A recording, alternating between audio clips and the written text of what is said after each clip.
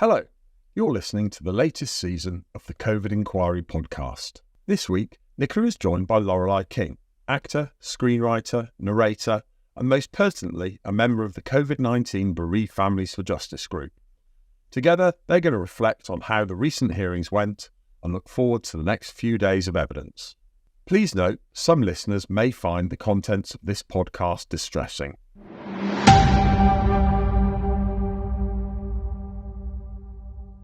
My name is Nicola Brook. I'm a solicitor at Broudie, Canter, and this is our podcast for the COVID Inquiry, Module 2.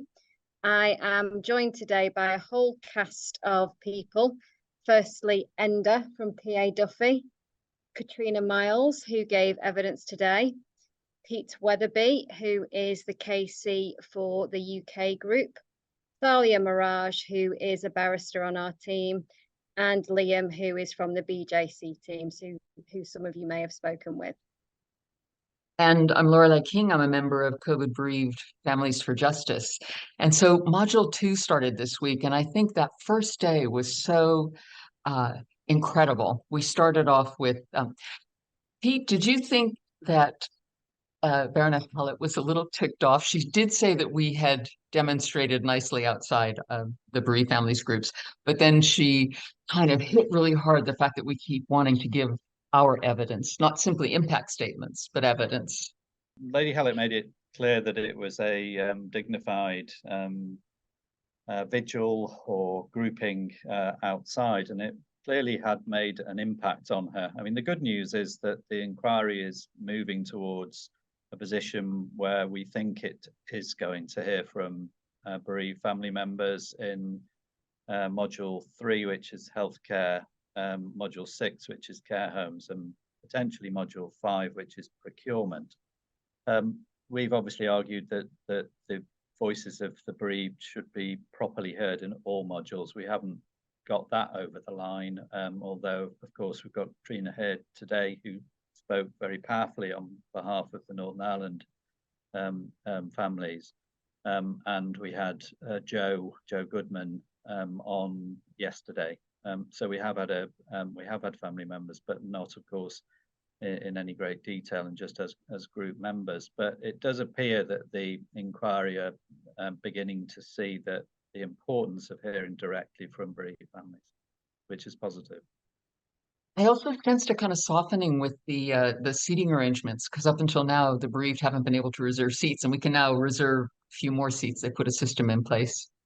Yeah, I mean, it's I'm not pretending it's easy to allocate seats, but it's something which the inquiry, in my view, hadn't put enough effort into earlier. It has got a bit better, but there's quite some distance to go. There's so much to get through. I wonder, Pete, since you're closest to the microphone, we started with the counsel for the inquiry, Hugo Keith, KC, who gave this timeline. And just to quickly say a personal thing, I was present in the hearing room, and I found this surprisingly difficult. As I posted on social media, I found it devastating because he was doing the timeline of January to March. My husband died at the end of March. And as I said, it was like watching his death approach step by step, every mistake that was made. And it hit me hard. And I'm sure other people felt the same. I wonder what you thought were some of the high points. I mean, Sir Patrick Valance's diary sticks out for me, but I think the point I'd like to make is that as I listened to the opening, and of course I hadn't any prior notice of it either, but as I listened to the opening, I could see a lot of crossover with the written opening that we'd provided to the inquiry. So obviously they'd come to similar starting points to those that we had. So that was quite pleasing to see. And it was quite reassuring that in many respects, the inquiry has got off to a start where we think that they should be looking. So Mr. Keith didn't pull too many punches about the likes of Mr. Johnson or Mr. Cummings, and it does seem that they're paying attention to some of the documentary evidence from the time So there was quite a lot of reference to WhatsApps and to the contemporaneous notes of Professor Valance, which they may have been somewhat unguarded, but being from the time itself, I think they are going to be very powerful, because he wouldn't have written them unless that was his thoughts at the time. Whereas now, looking in hindsight, with lots of lawyers involved, sometimes things get lost in the ether for one reason or another. So I think the contemporaneous notes and the reference to them is going to be very important. On a slightly less positive note, we're still waiting for some of the disclosure. We're not entirely sure why we're waiting for it. We've been given some explanation in relation to Dominic Cummings' statement, but I'm still not very clear as to why the inquiry hasn't used its formidable powers to get his evidence in proper order and crucially to disclose to us. So there's quite a lot of mention of Mr. Cummings, and a little bit frustratingly, we hadn't got those documents, or we got some of them, but we haven't got the main. We haven't got his statement, or at that point we didn't have a long document that he provided to the inquiry, and also we haven't got the product of the Johnson phone from the time, what's being referred to as the old phone, but it isn't that old. It's the phone that he was using for, I think, about the first year from when the pandemic struck. And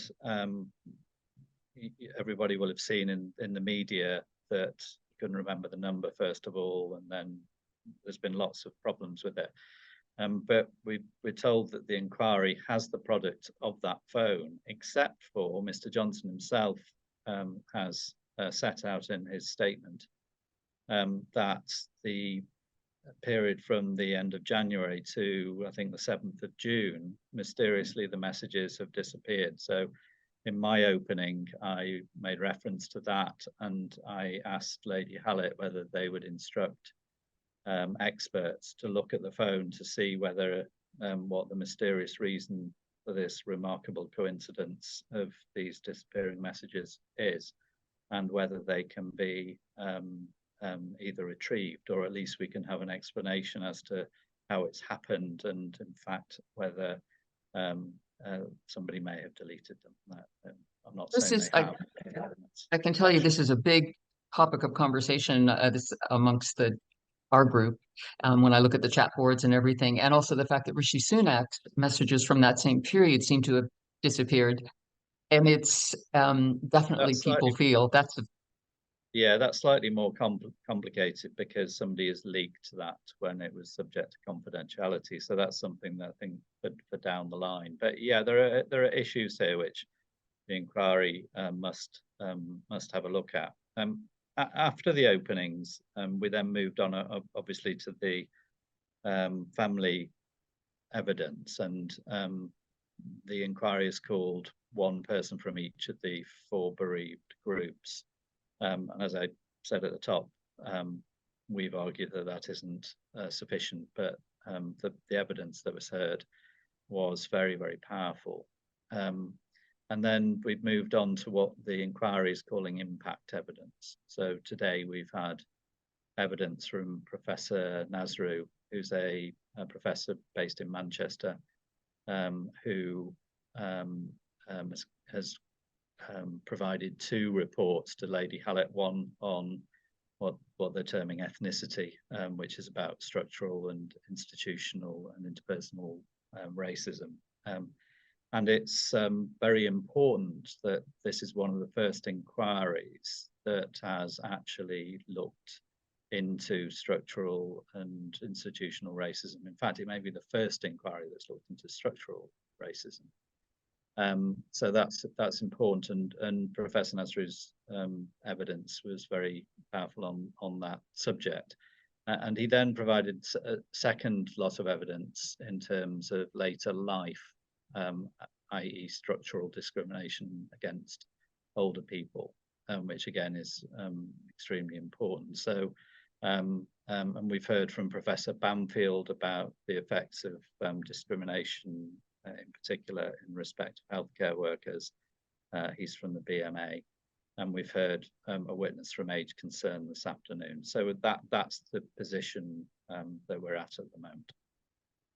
You mentioned the impact statements, and I was in the hearing room to hear Jo Goodman give her evidence on behalf of our group, and she was amazing and quite firm with the questioner, who I thought was occasionally maybe a little bit patronizing.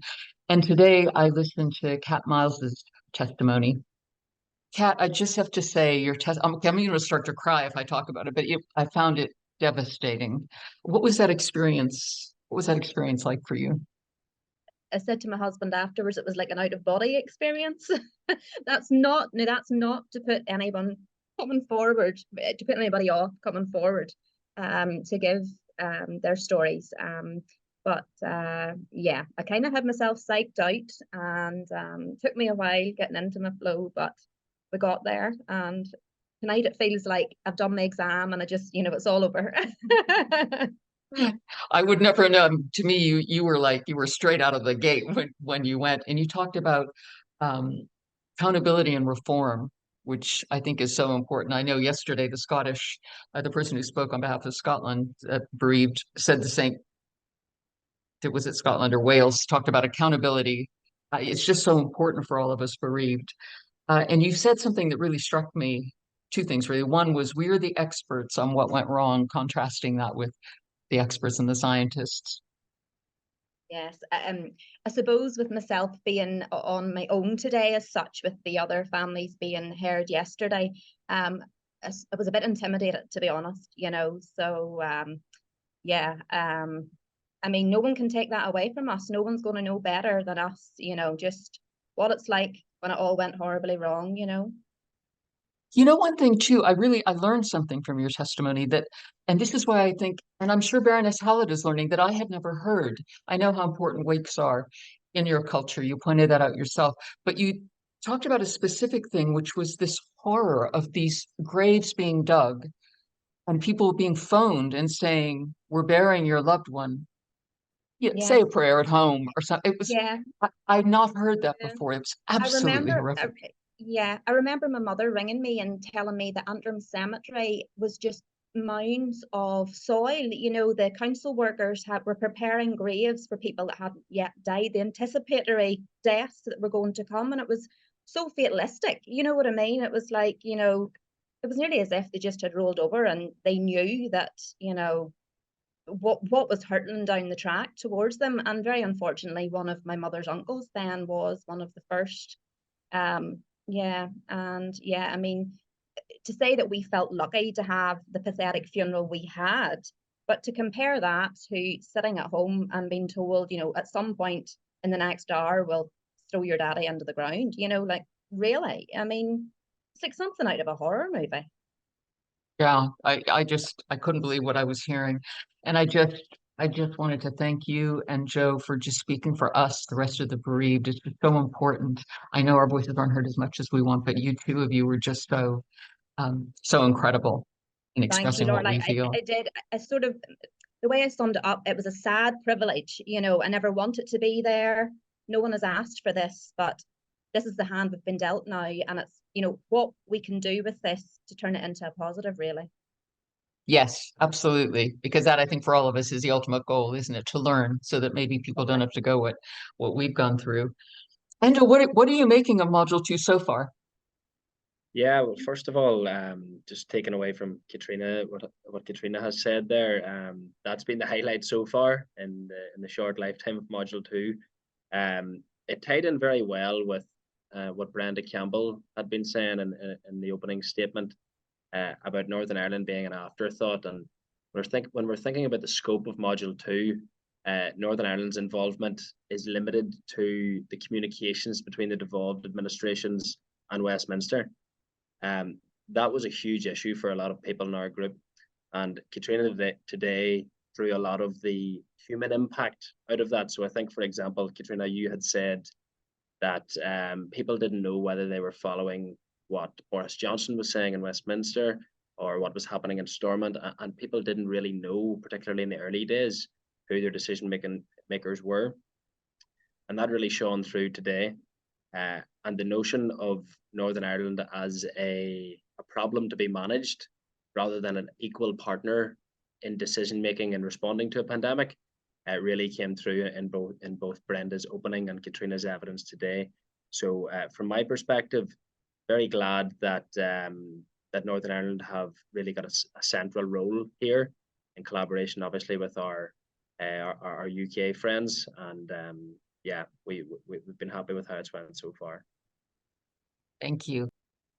Nicola, we talked to Pete, and I know my understanding was, you can correct me if I'm wrong, is that for the opening statements, he only had 20 minutes. How does that work? Because there's much more to say than that.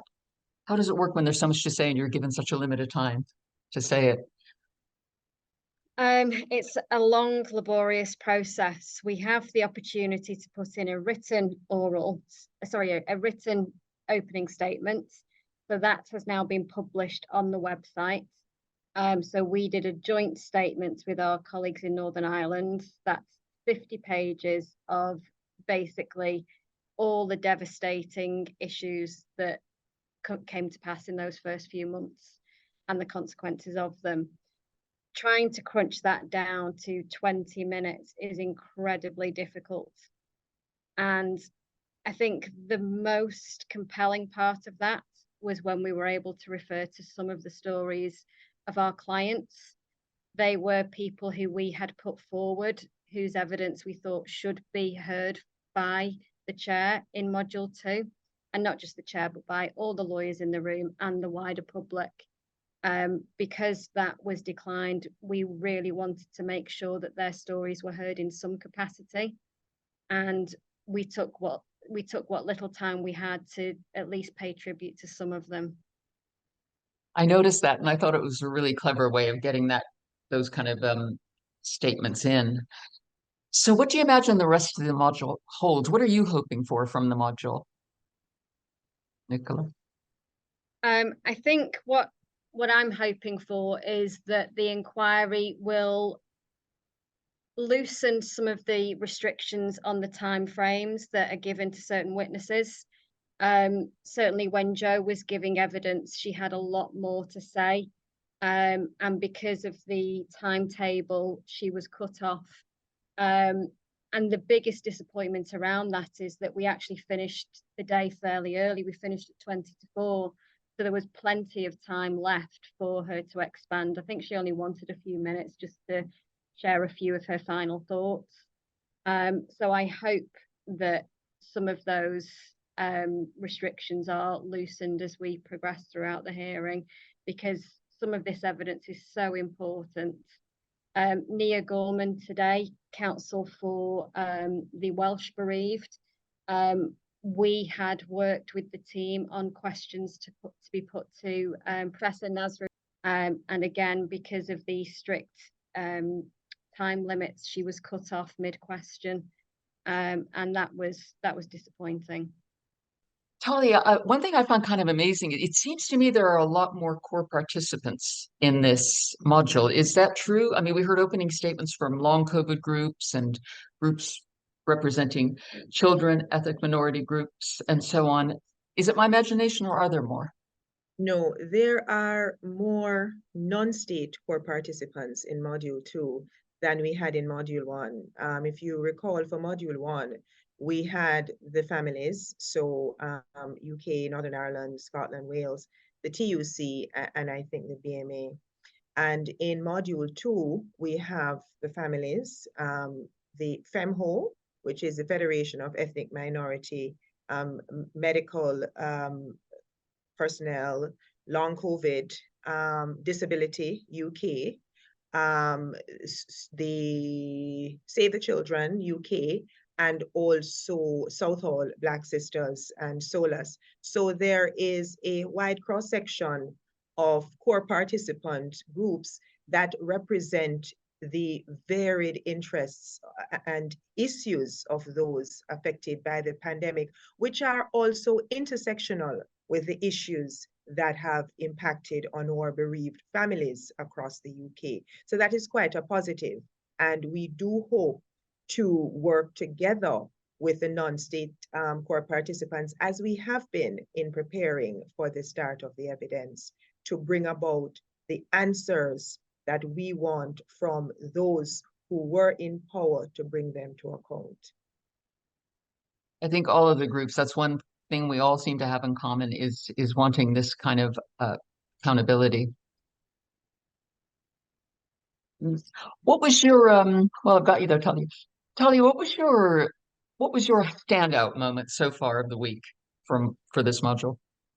I mean, it has to be the voice of the families, you know, Joe, Catriona, because through their evidence, it brings us back to the cost of human and political failure, which is the ultimate price, the cost of lives.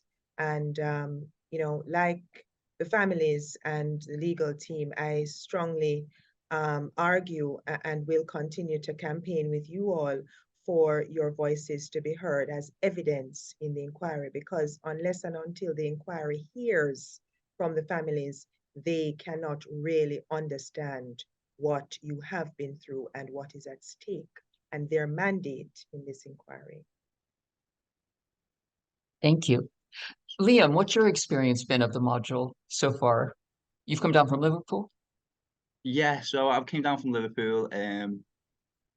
It's been a really eye-opening experience. I'm lucky to be one of the first one of the actual team from Liverpool on BJC to come down to the hearings in person, and it really puts in perspective the work that we're doing in the office, and actually seeing it in action in front of you. It really puts a sense of that personal touch in, because a lot of the communications that we've had with the bereaved families is through like telecommunications and emails. So actually being in person and being able to see the likes of Catriona and Joanne actually talk in person, it's just a once in a lifetime kind of like opportunity to see for me personally at the time. Liam, I agree with you. And I think I'd like to take this opportunity in the podcast to say to anyone who's listening is that if you live in the Southeast, or if you can get here, to be in the room is different. Yes, follow it online by all means, but to be in the room, as Liam just said, I think it's quite an experience. And it's important that we are seen, I think, in that room. Kat, I know you're bereaved like me, and one thing I've noticed in our group is that people feel overwhelmed, and they enjoy is perhaps the wrong word. They like things like this podcast, which presents things to them in not such an overwhelming and frightening and intense way. And I know that everyone is desperate to do something to help. Do you have any advice for what the bereaved can do to help in any way the inquiry and our lawyers and so on? Sure. So firstly, I find the podcast fantastic because, you know, most people have really busy lives, and I find you can dip in when you want, switch off when you want, catch up when you want, you know, and if you're having a bad week, you just skip it, go back to it, whatever. But the one thing, we actually had a discussion today, and for people that are particularly triggered and just can't face it, what we really need people to do for us, and what absolutely everybody that's involved can do, is share everything we post on social media. Don't even have to read it if you don't want to, but raise the profile and keep the profile out there. Because between the modules and whenever the dust settles now, when I go home and I'm back to the school run, you know, it's like a drought out there, and we'll have to wait to the next flurry, you know, of media in the next module that may or may not come. So we need to sort of, when we're on a crest of a wave, keep riding that wave, and just please keep supporting everyone. That is just brilliant advice, Kat.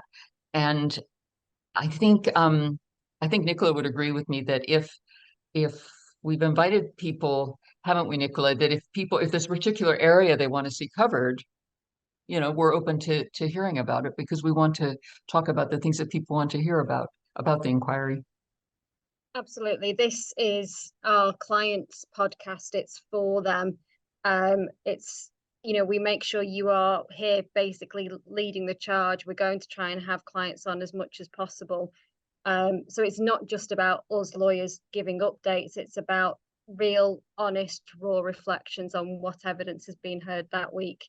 And we're working with the other core participants in this module and inviting them on as well, so that they can share their perspectives on what they've heard, and also what they didn't get a chance to say in court as well. I think that's fantastically important. And thank you. I should explain that we had a few technical difficulties, so I'm driving this more than I would normally, but it's been fun. And thank you all. Nicola, see you next week. Thanks, Lorelei. See you next week. Thanks for listening to this instalment of the COVID Inquiry podcast. We hope you found it insightful and interesting. If you did, please rate us on the podcast platform you use and share the pod with friends and family who may value this type of commentary. We're looking forward to you joining us next week for more expert commentary, opinion, and insight into the COVID Inquiry evidential hearings.